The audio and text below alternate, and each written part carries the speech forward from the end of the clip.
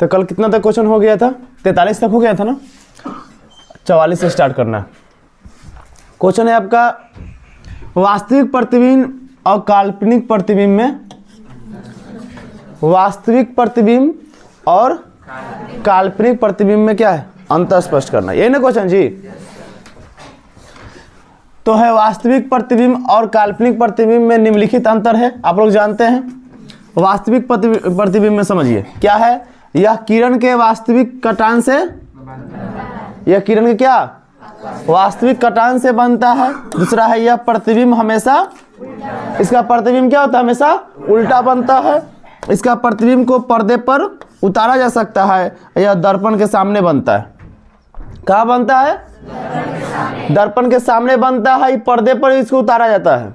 काल्पनिक प्रतिबिंब में हो गया यह किनारे के, यह किरणों के काल्पनिक कटान से, यह किरण जो पड़ती है उसके काल्पनिक कटान से बनता है। यह प्रतिबिंब हमेशा सीधा होता है। कैसा होता है? सीधा होता है। इस प्रतिबिंब को पर्दे पर नहीं उतारा जा सकता। इस प्रतिबिंब को, काल्पनिक प्रतिबिंब को क्या होता है? पर्दे पर नहीं उतारा जा सकता है। और चौथा है यह दर्पण के पीछे बनता है। और दर्पण के सामने कौन बनता है? और दर्पण के पीछे, दर्पण के पीछे काल्पनिक प्रतिबिंब बनता है। ठीक है, दिखाई दे रहा है? ठीक है। क्या है? अवतल दर्पण एवं उत्तल दर्पण में अंतर स्पष्ट करें। ये भी बहुत इंपॉर्टेंट क्वेश्चन है ना जी? अवतल दर्पण और उत्तल दर्पण में क्या निम्नलिखित अंतर है? अच्छा, अवतल दर्पण, अवतल दर्पण की परावर्तक सतह धंसी रहती है ना। आप लोग एमडी में पढ़े जाते हैं कि बीच में मोटा, बाद में ऊपर पतला होता है, ऐसे ही ना पढ़े हुए। अवतल दर्पण की परावर्तक सतह धंसी रहती है। अवतल दर्पण का फोकस वास्तविक होता है ना जी, और उत्तल दर्पण का फोकस काल्पनिक होता है, ये ना। और उत्तल दर्पण के परावर्तक सतह उभरी हुई रहती है, उभरी हुई रहती है ऐसे ना जी, और उसका ऐसे धंसी हुई रहती है, यही ना। मोमबत्ती के आकार का अवतल हो जाएगा, और ये किस चीज का आकार का हो जाएगा? अवतल चम्मच नहीं, उभरी हुई सतह ऐसे होती है ना, इसका ऐसा सतह बनता है। ये अवतल हो गया ना। और उत्तल के जी, ये लेंस का है। हाँ, ये सब क्या है? लेंस का है। देख रहे थे कुछ लोग इसी को कह रहा था, यही है, यही होगा। अवतल दर्पण और उत्तल दर्पण है, ठीक है। यह धंसी हुई रहती है, यह फोकस वास्तविक होता है, इसका फोकस काल्पनिक होता है, यह परतंग सतह पर। समझ में आया? चलिए, इसमें और पॉइंट है, सब पॉइंट क्लियर कर दे। चलिए, अवतल दर्पण वास्तविक काल्पनिक प्रकार दोनों प्रतिबिंब का, अवतल दर्पण द्वारा बना प्रतिबिंब वस्तु के आकार से क्या होता है? छोटा या बड़ा। ये ऑब्जेक्टिव क्वेश्चन है। अवतल दर्पण द्वारा बना प्रतिबिंब वस्तु के आकार के बड़ा या छोटा होता है। इसके कौन सा दर्पण होता है? इसमें इसे अभिसारी दर्पण भी कहते हैं। कौन सा दर्पण कहते हैं? किसको अभिसारी दर्पण कहते हैं? अवतल दर्पण को। उत्तल दर्पण केवल काल्पनिक प्रतिबिंब बनाता है। उत्तल दर्पण क्या है? केवल काल्पनिक प्रतिबिंब बनाता है। उत्तल दर्पण द्वारा बना प्रतिबिंब वस्तु के आकार के छोटा होता है। उत्तल दर्पण का जो प्रतिबिंब बनता है वस्तु के आकार से छोटा बनता है। इसे क्या कहते हैं? अपसारी कहते हैं। इसे अभिसारी कहते हैं और उत्तल को अपसारी कहते हैं। क्लियर?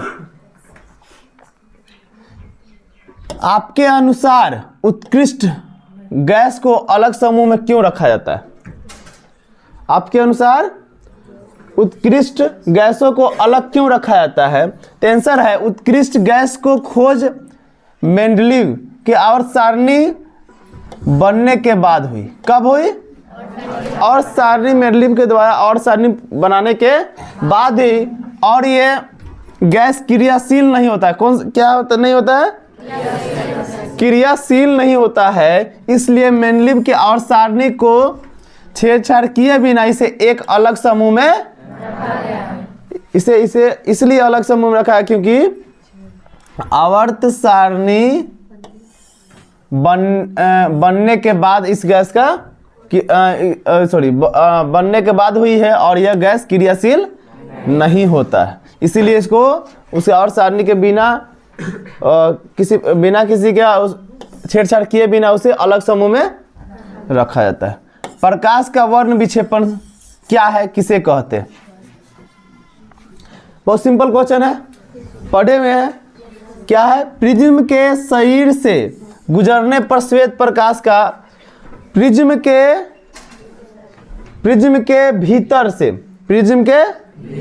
भीतर से गुजरने पर श्वेत प्रकाश अपने विभिन्न घटकों यानी रंगों में विभाजित को प्रकाश का वर्ण विक्षेपण कहते हैं। क्या कहते हैं प्रकाश का वर्ण विक्षेपण?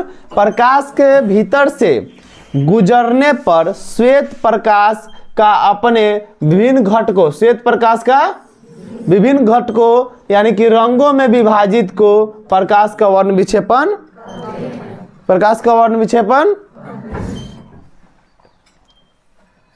धोने का सोडा एवं बेकिंग सोडा के दो प्रमुख उपयोग बताएं। दो उपयोग बताना है।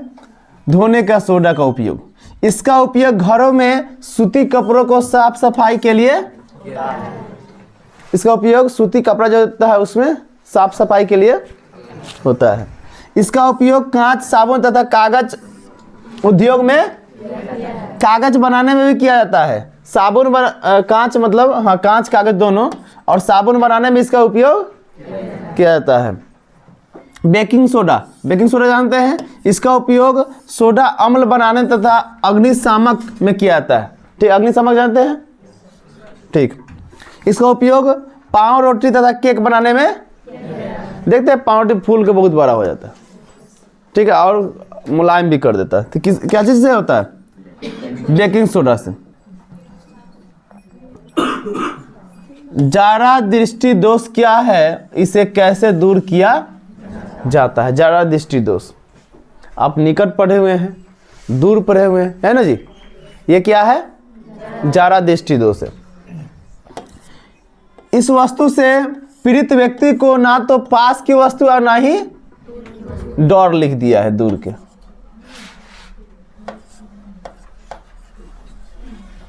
नहीं दूर की वस्तु दिखाई देता है। यह रोग बुढ़ापे में नेत्र लेंस की प्रत्यास्थान खो जाने से तथा सिलियरी पेशियों की संवेदन क्षमता घट जाने से उत्पन्न होता है।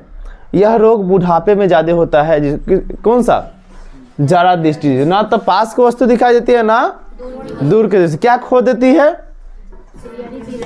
सिलियरी पेशियों की संवेदन क्षमता उसका घट जाती है, खो देती है। इसे बाइफेकल लेंस से, कौन सा लेंस वाला इनको चश्मा मिलता है? बाइफोकल लेंस वाले इनको चश्मा का प्रयोग कराया जाता है। कौन सा लेंस है? बाइफोकल वाले लेंस। याद रखिए, एडजेक्टिव का क्वेश्चन है। जारा दृष्टि दोष वाले व्यक्ति को कौन सा लेंस का चश्मा देंगे? चलिए नेक्स्ट क्वेश्चन क्या है? 50 नंबर। सौर ऊर्जा की विशेषता, सौर ऊर्जा की विशेषता ना जी का, और नहीं आया क्या उधर से? चलिए, सौर ऊर्जा की निम्नलिखित विशेषताएं हैं। यह ऊर्जा प्रदूषण मुक्त करता है। यह ऊर्जा क्या करता है? यह नवीकरणीय ऊर्जा है। इसका उपयोग सौर कुकर एवं सौर सेल आदि में काम करते हैं। गलती लिखा हुआ है। पृथ्वी पर मानव जीव जंतु तथा पौधे सौर ऊर्जा से, पृथ्वी पर मानव मतलब समझे, मनुष्य, जीव जंतु तथा पेड़ क्या चीज से जीवित है? सौर ऊर्जा से। समझ में आया? सौर ऊर्जा की निम्नलिखित विशेषता है। यह प्रदूषण को मुक्त करता है। यह नवीकरणीय ऊर्जा क्या है? हाँ, इसका उपयोग सौर कुकर और सौर सेल में, हाँ, और पृथ्वी पर मानव जीव जंतु तथा पौधे सौर ऊर्जा से, हाँ, सौर ऊर्जा से जीवित है। नेक्स्ट क्वेश्चन क्या है? ये तो क्वेश्चन है, लग रहा है। समवायता किसे कहते हैं? में समवायता लिखा हुआ है। समवायता किसे कहते हैं? वे कार्बनिक यौगिक जिनके गुण सूत्र समान रहते हैं। क्या रहते हैं? वे कार्बनिक यौगिक जिनके अणुसूत्र है, गुण सूत्र पढ़ रहे हैं हम। वे कार्बनिक यौगिक जिनके अणुसूत्र क्या होते हैं? समान होते हैं, समान रहते हैं, लेकिन भौतिक और रासायनिक गुण भिन्न भिन्न होते हैं। लेकिन भौतिक और रासायनिक गुण क्या होता है? अलग रहता है, अलग। उसे क्या कहते हैं? समावैती कहते हैं। और ऐसी घटना समावैता कहलाती है। ठीक है, ऐसी घटना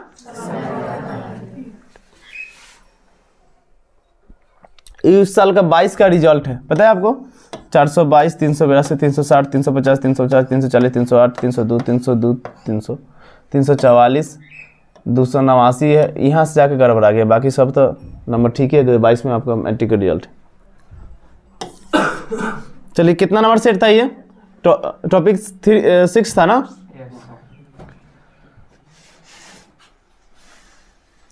टॉपिक 7।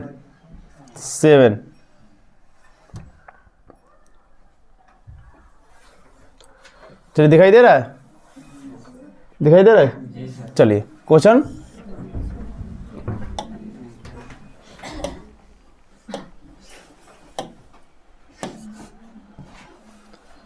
ठीक है। फ्लेमिंग के वाम हस्त नियम को लिखे। ठीक है, यही ना क्वेश्चन है? फ्लेमिंग के, अब थोड़ा सा चित्र को ध्यान से देखिए। चित्र के माध्यम से अभी आपको कंप्लीट हो जाएगा फ्लेमिंग के वाम हस्त नियम। ठीक है, अब फिर कहिएगा ना कि सर ये क्वेश्चन हमको नहीं समझ में आया है, पूरा क्लियर हो जाएगा। ठीक, ऐसे तो आप लोग याद किए मैंने इस क्वेश्चन को, एमबीडी में है, सेट में भी है। यदि हम अपने बाएं हाथ का अंगूठा समझते हैं? अंगूठा है ना जी, यही ना अंगूठा बोलते हैं? अच्छा, अंगूठा, तर्जनी तथा मध्यमा तीनों उंगलियों को इस प्रकार फैलाए कि तीनों परस्पर लंबवत हो जाए। लंबवत को लंबवत लिखे, लंबवत हो तब अंगूठा चालक पर लगने वाली बल की दिशा और माध्यम विद्युत धारा की दिशा एवं तर्जनी चुंबकीय क्षेत्र की दिशा को प्रदर्शित करता है। बस चित्र को देखिए, आपको समझ में आ जाएगा। ध्यान से देखिए, यहाँ पर रखते हैं। ये क्या माध्यम है ना? इसको क्या चीज प्रदर्शित कर रहा है? अंगूठा क्या है? यहाँ पर लिखा हुआ है, देखिए, पढ़िए, ध्यान से पढ़िए। क्या बताया अभी? अंगूठा चालक पर लगने वाली बल। अंगूठा चालक पर लगने वाली बल, ये अंगूठा है, चालक पर लगने वाली बल को बता रहा है। ये क्या बता रहा है? ये क्या बता रहा है आपको? इसको क्या बोलते हैं? इस उंगली को, हाँ, इसको, हाँ, तो इसको अंगूठा पर इसकी दिशा बताए, मध्यमा विद्युत धारा बताती है। ठीक है, उसके बाद जो है विद्युत धारा, और तर्जनी क्या बता रही है? चुंबकीय क्षेत्र बता रही है। क्लियर हुआ? बस ये याद रखिए, 3 उंगली याद रहेगा तो, यही ना, ये 3 उंगली याद रहेगा तो आपको ये परिभाषा याद रहेगा ना, इसका दिया हुआ नियम। क्लियर? आगे बढ़ा इसको। चलिए, आगे क्वेश्चन क्या है आपका? देखिए, सब चित्र के माध्यम से आपको पूरा मिलेगा, इससे थोड़ा सा भी प्रॉब्लम ना होगा। चुंबकीय क्षेत्र से आप क्या समझते हैं, साथ ही इसका 2 गुण बताना। तो गुण तो बताते, लेकिन चित्र के माध्यम से वो गुण बताते हैं। किसी चुंबक के चारों ओर का क्षेत्र, किसी चुंबक का चारों ओर का क्षेत्र जिसमें आकर्षण तथा प्रतिकर्षण बलों के प्रभाव का अनुभव की जाती है। आकर्षण तथा विकर्षण है, इसमें प्रतिकर्षण दे दिया ना। आकर्षण तथा विकर्षण बलों के प्रभाव का अनुभव की जाती है, उसे चुंबकीय क्षेत्र। चुंबकीय क्षेत्र के 2 गुण है। चुंबकीय क्षेत्र रेखाएं वक्र रेखाएं होती है। चुंबकीय क्षेत्र रेखाएं ये एक दूसरे के कमी प्रतिच्छेद, ये एक दूसरे के कमी प्रतिच्छेद नहीं करती है। ये चुंबकीय क्षेत्र है। ठीक है, और आकर्षण तथा प्रतिकर्षण, ये जो आप देख रहे हैं, ये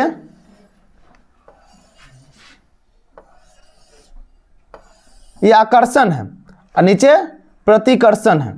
ठीक है, तो क्या करें? आकर्षण तथा प्रतिकर्षण के प्रभाव अनुभव की जाती है। ये चुंबक जो है दोनों को प्रभाव को अनुभव कर रही है, अपनी आकर्षित कर रही है, आकर्षित करने के बाद इधर क्या कर रही है, इधर से प्रभाव को लेकर इधर प्रभाव को बाहर की ओर ले आती है। ठीक है, तो इसे क्या प्रभाव का अनुभव करते हैं, उसे चुंबकीय क्षेत्र करते हैं। यह चुंबकीय क्षेत्र रेखा एक वक्र रेखाएं होती है, ये एक दूसरे को प्रतिच्छेदी नहीं करती, कभी प्रतिच्छेदी नहीं करती है। ठीक है, समझ में आया? लेंज का नियम, लेंज है सर, लेंस नहीं है। लेंज का नियम ये 12th में भी है। लेंज का नियम, किसी विद्युत परिपथ में प्रेरित विद्युत वाहक बल अथवा प्रेरित धारा की दिशा सदैव एक ही होती है। मतलब किसी विद्युत परिपथ में प्रेरित विद्युत वाहक बल तथा प्रेरित धारा की दिशा सदैव ऐसी होती है कि यह उस कारण का विरोध करती है, कि यह उस कारण को विरोध करती है जिसे स्वयं उत्पन्न करती है। ठीक है, विरोध करती है और जिसे स्वयं वो खुद से उत्पन्न करती है। ठीक है, लेंज का नियम है, सिंपल सा, इसको याद रखिएगा नियम को। क्या है क्वेश्चन? संतुलित रासायनिक समीकरण क्या है? असंतुलित समीकरण को संतुलित करना क्यों आवश्यक है? संतुलित रासायनिक समीकरण, संतुलित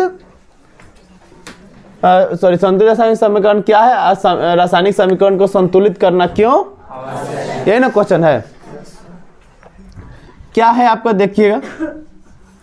जिस रासायनिक समीकरण में अभिकारकों एवं उत्पादक के कुल द्रव्यमान समान हो तो उसे संतुलित रासायनिक समीकरण। क्या है क्वेश्चन? किसी रासायनिक समीकरण में अभिकारकों एवं उत्पादक, अभिकारक और उत्पादक जो उत्पन्न करता है उससे कुल द्रव्यमान, उसका कुल द्रव्यमान समान होता है। दोनों का द्रव्यमान, अभिकारक और उत्पादन दोनों का द्रव्यमान समान हो तो उसे क्या करते हैं? संतुलित। मतलब समझ रहे हैं? संतुलित मतलब बैलेंस, दोनों का बराबर बैलेंस होना चाहिए। किसका किसका? अभिकारक और उत्पादकों का, दोनों का बैलेंस बराबर। नाम नहीं क्वेश्चन में संतुलन है। संतुलन कहता है ना, शरीर का संतुलन बनाए रखो, डरना नहीं, संतुलन बनाए रखो, है ना। तो संतुलन मतलब बैलेंस बनाए रखना है। तराजू क्या करता है? अपने आप को बैलेंस बना कर रखता है। वैसे ही अभिकारक एवं उत्पादकों के कुल द्रव्यमान समान होते हैं, संतुलित रासायनिक समीकरण कहते हैं। रासायनिक समीकरण को संतुलित करना इसलिए आवश्यक है क्योंकि इसके द्वारा हम हम न केवल समीकरण की वास्तविक जानकारी प्राप्त कर सकते हैं बल्कि अभिकारकों एवं उत्पादकों की वास्तविक संख्या की जानकारी भी प्राप्त कर सकते हैं। हम इससे केवल समीकरण की वास्तविक जानकारी नहीं वास्तविक जानकारी ही प्राप्त नहीं कर सकते हैं बल्कि उसे क्या क्या चीज का? अभिकारकों और उत्पादकों की वास्तविक संख्या भी जानकारी उसे कर सकते हैं। ठीक है, नेक्स्ट क्वेश्चन क्या है? श्वसन एवं दहन में ये क्वेश्चन आप पढ़े हुए हैं, है ना, रिपीट हो रहा है। श्वसन एवं दहन में निम्नलिखित, श्वसन समझिएगा, यह जैव रासायनिक क्रिया है ना जी। इसमें पदार्थों का धीमी गति से ऑक्सीकरण होता है। यह एक नियंत्रण क्रिया है। क्या है? तथा कम ताप पर यह नियंत्रण क्रिया तथा कम ताप पर होती है। दहन, यह एक जैविक क्रिया। क्या है? इसमें तीव्र गति से ऑक्सीकरण होता है। क्या होता है? ऑक्सीकरण होता है। यह एक अनियमित क्रिया है। क्या है? तथा उच्च ताप पर होती है। ठीक, इसका अपोजिट है ना। चलिए, बेकिंग सोडा यानी खाने वाले सोडा का गुणधर्म, शायद इस क्वेश्चन रिपीट हो रहा है, हमको लग रहा है जी। हाँ, बेकिंग सोडा का निम्नलिखित गुणधर्म है। बेकिंग सोडा का निम्नलिखित गुणधर्म है ना जी। क्या है? यह एक वादार सफेद ठोस है, होता है ना जी, सफेद कलर का। यह जल में कम घुलता है, ये भी बताए थे कल। वादार मतलब होता है कि छोटा छोटा कण, उसका समझे, ये छोटे छोटे कण है ना जी। इसका जलीय विलयन क्षारीय होता है, क्या होता है इसका जलीय विलयन। इसका पीएच मान, इसका पीएच मान 7 से अधिक होता है, कल ही बताया था इसको ना। यह लाल लिटमस पत्र को क्या कर देता है, हाँ, ये क्वेश्चन रिपीट है, ये भी रिपीट लग रहा है आपको। चलिए देख लेते हैं। प्रकाश का परिवर्तन किसे कहते हैं, इसके नियम को लिखे। नहीं, इसमें नियम है सर, नियम दे दिया है। जब प्रकाश किसी दर्पण या चमकदार पृष्ठ पर टकराती है, कहाँ टकराती, कल बताए थे इसको, चमकदार पृष्ठ पर, तो वह उसी माध्यम में वापस लौट, उसी माध्यम में क्या होती है, वापस लौट आती। इस प्रक्रिया क्या कहते हैं, परिवर्तन कहते हैं। इसके 2 नियम है। कितने नियम है, 2 नियम है। एक में आपतित किरण, परिवर्तित किरण है, आपतन बिंदु पर डाला गया अभिलंब, तीनों एक ही समान होती है। आपतित किरण, परिवर्तित किरण और आपतन बिंदु पर डाला गया लंब तीनों एक ही समान होती है। दूसरा है आपतन कोण परावर्तन कोण का, आपतन कोण परावर्तन कोण का बराबर होता है। देख लीजिए, परावर्तित किरण ना, आपतित किरण, अभिलंब, तीनों एक ही तल में है ना जी। इसको क्या बोलते हैं, समतल दर्पण। ठीक, ये आपका कितना नंबर क्वेश्चन था, 58 ना, कितना सा सेट 7। चलिए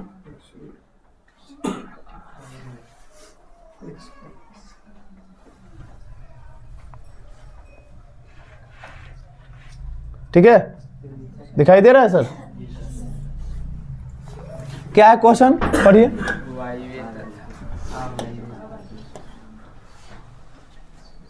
वायवीय तथा अवायवीय श्वसन में अंतर बताना है।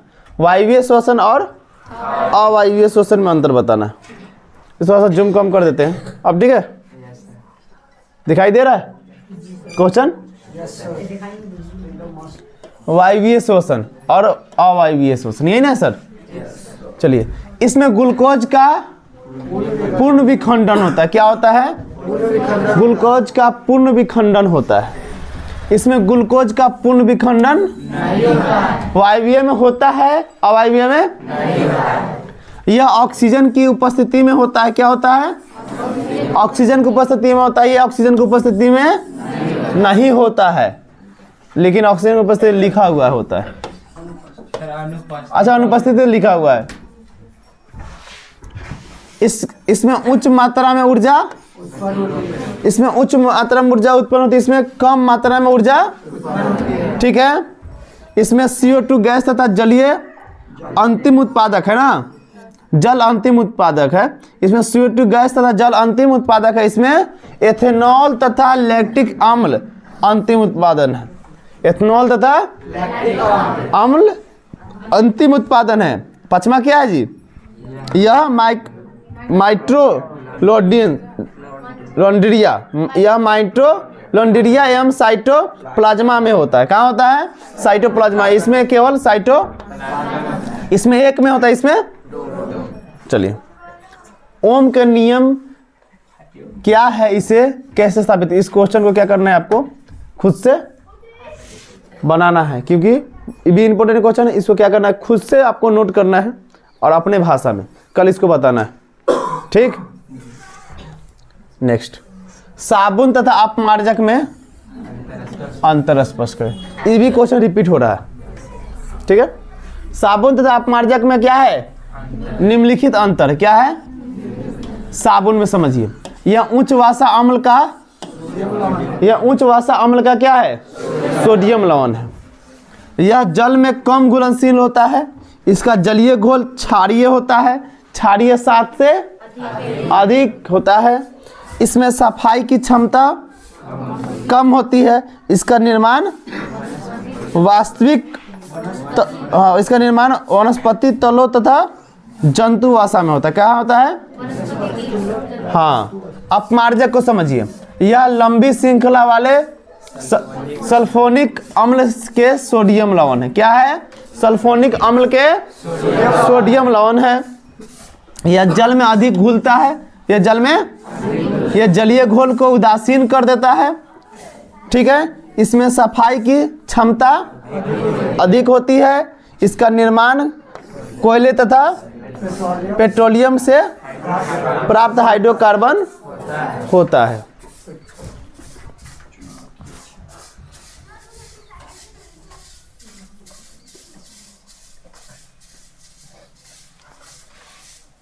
क्या है? चुंबकीय क्षेत्र रेखाएं के गुण को, चुंबकीय क्षेत्र रेखाएं के गुण को लिखना है। चुंबकीय क्षेत्र रेखाएं वक्र रेखा, चुंबकीय क्षेत्र रेखाएं वक्र रेखा होती है। चुंबकीय क्षेत्र रेखाएं एक दूसरे को कभी प्रतिच्छेद, चुंबकीय क्षेत्र रेखा अभी बताए एक दूसरे क्या होती है? प्रतिच्छेद नहीं करती है। चुंबकीय क्षेत्र रेखाएं जितनी दूर होती है उतना आकर्षण बल कम होता है। चुंबकीय क्षेत्र रेखा जितनी दूर होती है उनका आकर्षण बल बहुत क्या होता है? चुंबकीय क्षेत्र रेखा जितनी नजदीक होती है उनका आकर्षण बल उतना ही अधिक होता है। चुंबकीय क्षेत्र रेखा जितना नजदीक रहेगी उतना उसका आकर्षण बल उतना ही अधिक होता है। किसी चुंबक की वक्र रेखा एन ध्रुव से निकलकर एस ध्रुव में प्रवेश करती है। एन ध्रुव से निकल कहाँ प्रवेश करती है? यू लैंड से लैंड के अष्टक सिद्धांत की क्या सीमाएं हैं? क्या है? यूलैंड के अष्टक सिद्धांत की क्या सीमाएं हैं? निम्नलिखित सिद्धांत है इसका। ठीक है, यह सिद्धांत केवल हल्के तत्व कैल्शियम तक लागू होता है। कहाँ लागू होता है? हल्के तत्व कैल्शियम तक लागू होता है। अक्रिय गैस के निर्माण के बाद 8वें तत्व का गुणधर्म पहले तत्व के समान न होकर 9वें तत्व का गुणधर्म पहले तत्व के समान होने लगता है।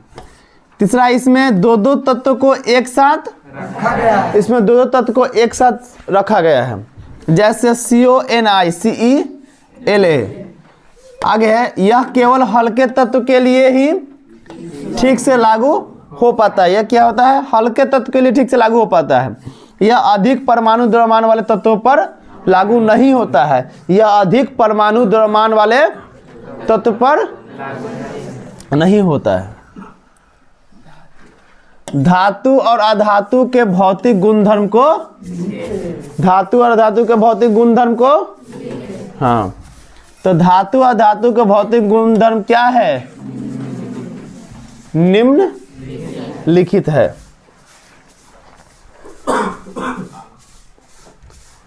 ठीक है, पहला है आपका धात्विक चमक। क्या है? गुण है इसका धातु। प्रत्येक धातु का अपना धात्विक चमक होती है। जितना धातु पाया जाता है पृथ्वी पर सबका अपना चमक है। चलिए, इसमें इससे पहले पहचानने में सुविधा होती है। इससे क्या होती है? पहचानने में सुविधा होती है। धातुओं में यही गुण धात्विक चमक कहलाती है। धातु के वही गुण धात्विक। इस क्लियर? कठोरता, धातुएं समान कठोर होती है। धातुएं समानता अधिक, सब धातु कठोरी होती है ना जी। आयतन, एल्युमिनियम, आयतन लिखा हुआ है, आयरन होगा ना। आयरन, एल्युमिनियम तथा कॉपर काफी कठोर होती है जिसे चाकू से, लेकिन Na यानी कि सोडियम और पोटेशियम धातु क्या होता है? मुलायम होता है, उसे चाकू से काटा जा सकता है। हाँ, चाकू से भी उसे काटा जा सकता है। यह गुण कठोरता समझ में आ गया ना। एल्युमिनियम आयरन को, कॉपर को, तांबा को, एल्युमिनियम की चीज के चाकू से काट सकते हैं, लेकिन सोडियम को समझ में आ रही ना गुण उसका। आगे क्या है? आघात वर्ध्यता, यही ना है। धातु को हथौड़े से पीटकर पतला चादरदार बनाता है ना लोहार, देखते पीट पीट कर उसको चदरा बनाता है। धातु का यही गुण आघात वर्ध्यता कहलाता है। कोई धातु को पीट पीट कर चदरा बना देना क्या कहलाएगा? तन्यता। क्या कह रहा है अगला? तन्यता समझिए। धातु को पीट कर तार खींचे जा सकते हैं, पीट कर तार खींचे जा सकते हैं। धातु का यही गुण तन्यता कहता है। अब धातु को पीट पीट कर उसको तार बना देता है। एल्युमिनियम का तार बनता है ना जी, तांबा का तार बनता है ना जी। उस तार बनाने की क्रिया क्या बोलते हैं? उष्मीय चलकता। ये ना धातु के एक सिरे को गर्म करने पर दूसरा सिरा भी गर्म हो जाता है, उसे धातु के यही गुण को उष्मीय चलकता। अगर कोई धातु को एक ओर से गर्म कीजिएगा ना तो इधर भी गर्म हो, उसे क्या कहेंगे? उसमें चलकता कहते हैं। जैसे आप एल्युमिनियम ले लीजिएगा, एक कोन उसका गर्म कीजिएगा, इधर भी छुइएगा तो गर्म हो जाएगा। समझ गए? उसको क्या कहेंगे? आपको समझ में आया धातु के गुणधर्म? इसको क्या कीजिएगा? अभी बता रहे धातु के हो गया ना, तो इसको क्या कीजिएगा? इसको नोट कीजिएगा, ठीक है। अब आगे आपका अधातु के, ठीक है, दिखाई दे रहा है? अधातु, यही ना। अधातु में धातुवी चमक, धातु की तरह उसमें चमक नहीं होती है। अपवाद में आयोडीन ना जी, अपवाद में क्या है? आयोडीन के लिए अपवाद समझते हैं ना? अपवाद क्या होता है? अधातुएं क्या होती है? ऑक्साइड प्रदान करती है। क्या प्रदान करती है? अधातु के गलनांक क्वथनांक, ये ऑब्जेक्टिव में याद रखिए। अधातु के गलनांक और क्वथनांक क्या होती है? अधिकतर अधातुएं गैसीय अवस्था में पाई जाती है, ठीक। अधिकतर अधातुएं क्या पाई जाती है? गैसीय अवस्था में पाई जाती है। जैसे में पाई जाती है कुछ अधातु ठोस द्रव अवस्था में भी, कुछ अधातु ठोस भी माने कठोर भी हो जाता है और द्रव की तरफ पिघल भी जाता है, उस अवस्था में पाई जाती है। अधातु जल में अल्प घुलनशील होता है। अधातु क्या होता है? जल में अल्प घुलनशील होता है। हरे पेड़ पौधे को उत्पाद क्यों कहते हैं? हरे पेड़ पौधे को उत्पादक, हरे पेड़ पौधे को उत्पादक क्यों कहते हैं? हरे पेड़ पौधे में कार्बन डाइऑक्साइड, क्या? हरे पेड़ पौधे में कार्बन डाइऑक्साइड कमा जल हरित लवण, कमा क्या? जल हरित लवण तथा सूर्य के प्रकाश से उपस्थिति में अपना भोजन तथा दूसरे जीवों के लिए भोजन पदार्थ का निर्माण करता है। इसलिए हरे पौधे उत्पादक कहलाते हैं या कहते हैं। पौधे क्या करते हैं? प्रकाश संश्लेषण की मदद से अपने लिए और दूसरे के लिए भोजन को तैयार करते हैं। इसे हरे पौधे को उत्पादक भी कहते हैं, खुद के लिए और दूसरे के लिए, ठीक है। आगे क्या है? क्या है? डोबेराइनर के वर्गीकरण की क्या सीमा है? ये क्वेश्चन हमको लग रहा है तो अलग है। यही सब क्वेश्चन को क्या करना है? आपको स्क्रीनशॉट लेना है और बढ़िया से बारीकी से इसको नोट कर लेना है, याद कर लेना है। समझ गए? आपको अगर अभी 100 तक पहुंच जाता है तो 100 में आपको 1 से और 100 के बीच में हमको लगता है 20 या 25 क्वेश्चन आपसे मात्र लिखने का मौका मिले। बाकी सब आप पढ़े में क्वेश्चन खाली क्या करना है? रिवाइज कर लेना है। 4 दिन 5 दिन पर वीडियो को देख लेना है बस, क्यों याद हो जाएगा। अब 20 क्वेश्चन जो है उसको खुद से अपना समझने के लिए वीडियो है, लिख लिए हुए तो घर पर उसको याद करने के लिए है। समझ गए ना? चलिए इसको समझिए। डोबेराइनर के वर्गीकरण की निम्न सीमाएं हैं। एक में उस समय तक ज्ञात सभी तत्वों का वर्गीकरण त्रिक के आधार पर किया जाता है, ठीक है। आधार पर नहीं किया जाता है। क्या नहीं किया जाता है? उस समय तक ज्ञात तत्वों में केवल 3 त्रिक ही ज्ञात किया जाता है, चाहे ज्ञात हो सकते थे। यह त्रिक नियम कुछ ही तत्वों तक सीमित रहा है, ठीक है। यह त्रिक नियम कुछ ही तत्वों तक सीमित रहा है, ठीक है। ये तो आप देखे हैं जस्ट। कितना सेट था ये? 7 की 8? 8 था ना, ठीक है, दिखाई दे रहा है सर, ठीक है, दिखाई दे रहा है, चलिए, कट नहीं रहा है, चलिए थोड़ा सा जूमिंग कम कर देते हैं, ठीक है ना, अब तक क्लियर होगा। चलिए, और क्या है, साइटोकाइनिन के 3 कार्यों को देखिए, साइटोकाइनिन को 3 कार्यों को लिखिए। साइटोकाइनिन के 3 कार्य क्या है, निम्नलिखित है। एक में क्या है, कोशिका द्रव का विभाजन करना। साइटोकाइनिन क्या करता है, कोशिका द्रव का विभाजन करता है। दूसरा है, पौधे की पत्तियों को अधिक समय तक हरी तथा ताज़ा बनाए रखता है। पौधे के पत्तियों को साइटोकाइनिन क्या करता है, अधिक समय तक हरा बनाए रखता है, ठीक है, और ताजे क्या बनाए रखता है, क्या, कौन, साइटोकाइनिन।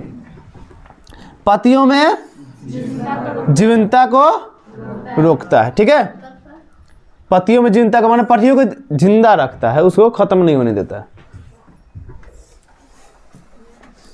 मेंडलीव की आवर्त सारणी एवं आधुनिक आवर्त सारणी में अंतर स्पष्ट करें। मेंडलीव के आवर्त सारणी और आधुनिक आवर्त सारणी में अंतर स्पष्ट करें, ठीक है।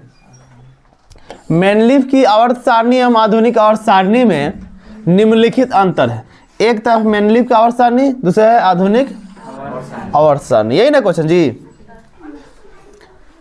यह है मेंडलीव में, देखिएगा, यह तत्व के परमाणु द्रव्यमान पर आधारित है, यह तत्व के परमाणु द्रव्यमान पर आधारित होता है। दूसरा, इसमें उपसमूह ए तथा बी एक ही वर्ग में अंतर्गत है।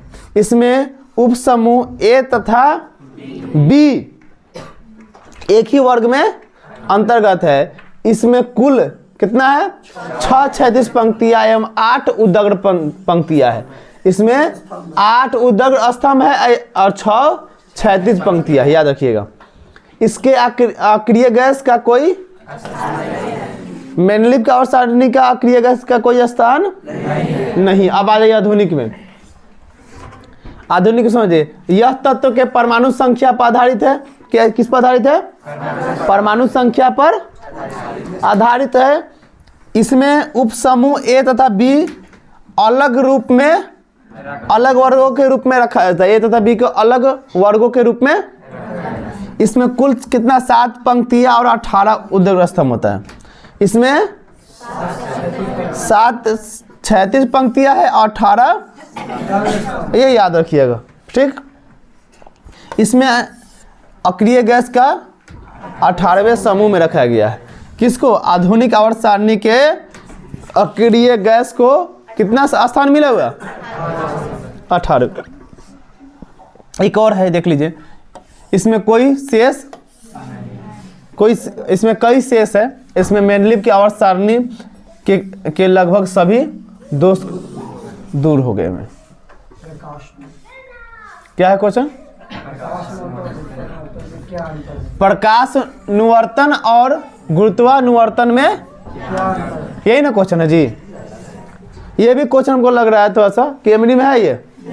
चलिए, प्रकाश अनुवर्तन, प्रकाश के शीर्ष प्रकाश की दिशा में अग्रसर होता है। क्या होता है, अग्रसर होता है, इसे प्रकाश अनुवर्तन कहते हैं। गुरुत्वानुवर्तन समझिए, पौधे के जड़ गुरुत्वाकर्षण की दिशा में अग्रसर होता है।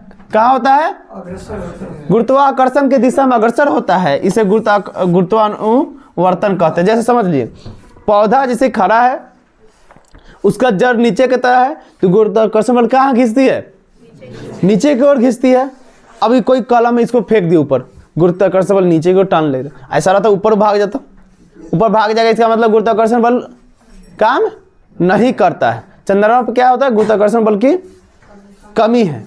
और ये पृथ्वी पर कोई भी चीज हम ऊपर फेंकते तो ऊपर ही क्यों रहता है, नीचे की ओर खींच लेता है। कौन खींचता है, गुरुत्वाकर्षण बल। प्रकाश के अपवर्तन के नियम को, ये भी क्वेश्चन आप पढ़े में है, प्रकाश के अपवर्तन का कितना नियम है जी?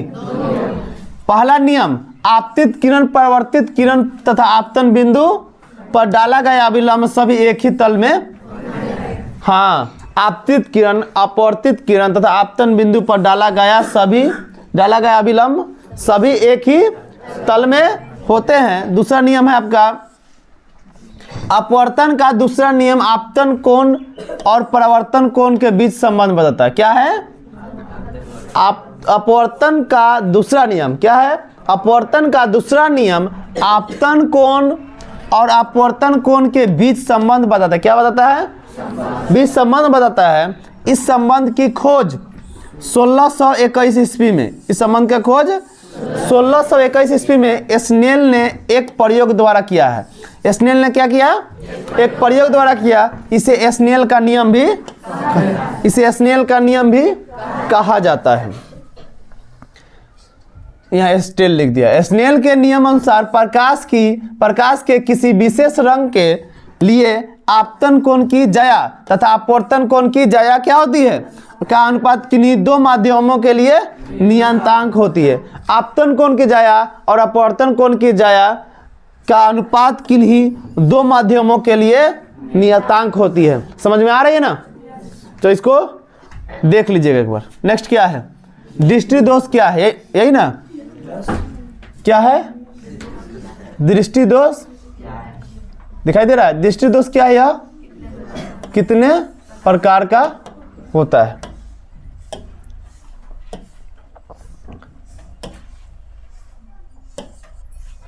दृष्टि दोष क्या है? यह कितने प्रकार का?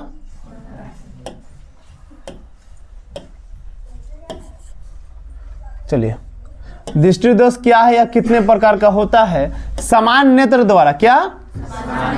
समान नेत्र द्वारा 25 सेंटीमीटर की वस्तु को स्पष्ट देखा जाता है। कोई भी 25 सेंटीमीटर रखा वस्तु को हम लोग अपने आंख द्वारा, अपने मनुष्य अपने आंख द्वारा उसे साफ साफ और क्लियर देखने के लिए कितना दूरी होना चाहिए? 25 सेंटीमीटर होना चाहिए। लेकिन जब इस स्पष्ट दर्शन की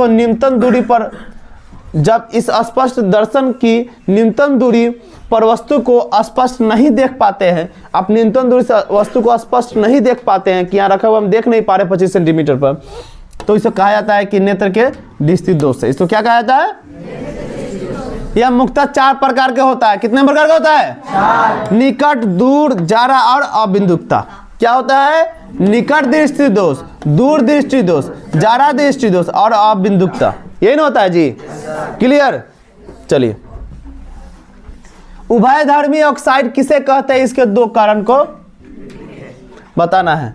क्या है? उभयधर्मी ऑक्साइड किसे कहते हैं? इसके 2 कारण को पता है। तो ऐसे धातु ऑक्साइड जो अम्ल तथा क्षार दोनों के साथ क्रिया करके लवण तथा जल बनाता है। क्या बनाता है? लवण तथा, उसे उभयधर्मी ऑक्साइड। ऐसे धातु ऑक्साइड जो अम्ल तथा क्षार दोनों के साथ अभिक्रिया करके लवण तथा जल बनाते हैं उसे उभयधर्मी ऑक्साइड। उदाहरण के लिए एल्युमिनियम ऑक्साइड Al2O3 और जिंक ऑक्साइड ZnO। यही ना क्वेश्चन जी? आगे समझ लीजिए। क्या है? आयोडीन युक्त नमक ना, आयोडीन कहाँ भाग गया? आयोडीन युक्त नमक के प्रयोग की सलाह क्यों दी जाती है? आयोडीन गले में स्थित थायराइड ग्रंथि द्वारा स्रावित हार्मोन, हम कल ही बताए इसको। आयोडीन क्या है? गले में स्थित थायराइड ग्रंथि है ना, थायराइड ग्रंथि का हार्मोन, कौन सा हार्मोन? थायरोक्सिन के संश्लेषण में क्या होता है? थायरोक्सिन के संश्लेषण में सहायक होता है। भोजन में लगातार कुछ दिनों तक आयोडीन की कमी बनी रहने पर, जैसे कि आप क्या होते हैं, भोजन के लगातार बहुत दिनों तक भोजन कर रहे बहुत दिनों तक आपके भोजन में आयोडीन की कमी बनी रहती है, आयोडीन की मात्रा कम है, तो कौन सा ग्रंथि? थायराइड ग्रंथि में क्या हो जाता है? थायराइड ग्रंथि में सूजन होता है। तो सूजन होने के बाद यहाँ गलावा में यहाँ फूल जाता है, इतना बड़ा करीब में हो जाएगा, फूल जाता है, जो बाहर की तरह घेगा के रूप में दिखाई देता है। जो लोग कहता है घेगा हो गया यहाँ पर गर्दन में उसको, तो कौन सा क्या फूल जाता है? थायराइड ग्रंथि फूल जाता है। उसमें कौन सा अति होता है? स्राव होता है, थायरोक्सिन उसमें स्राव होता है। आयोडीन जल के माध्यम से हमारे शरीर में पहुंचता है। आयोडीन क्या होता है? जल के माध्यम से हमारे शरीर में, हम जब पानी पीते हैं ना उसके माध्यम से शरीर में पहुंचता है, जिस क्षेत्र के जल में आयोडीन की कमी होती है, जो सा जगह जैसे इस गांव में, अगले गांव में, आसपास में, जहां जिस क्षेत्र में आयोडीन की कमी होती है उस क्षेत्र के निवासियों का यह बीमारी अधिक पाई जाती है। जिस क्षेत्र में आपको आयोडीन के जिस कल से आयोडीन की मात्रा में कम आयोडीन, उस पानी में कम आयोडीन पाया जाता है, उस क्षेत्र में ये अधिक बीमारी दिखाई देती है। यही कारण है कि आयोडीन युक्त नमक को प्रयोग के लिए सलाह, यही कारण है कि आयोडीन युक्त नमक को सलाह हम लोग डॉक्टर द्वारा सलाह दिया जाता है कि आयोडीन युक्त पानी को सेवन करना चाहिए। सेवन न करने पर क्या थायराइड ग्रंथि फूल जाता है, जिसे घेघा रूप दिया जाता है, घेघा की बीमारी उसको बताया जाता है। ठीक है, चलिए ये आपका सेट ए भी खत्म हो गया। ठीक, चलो स्टॉप।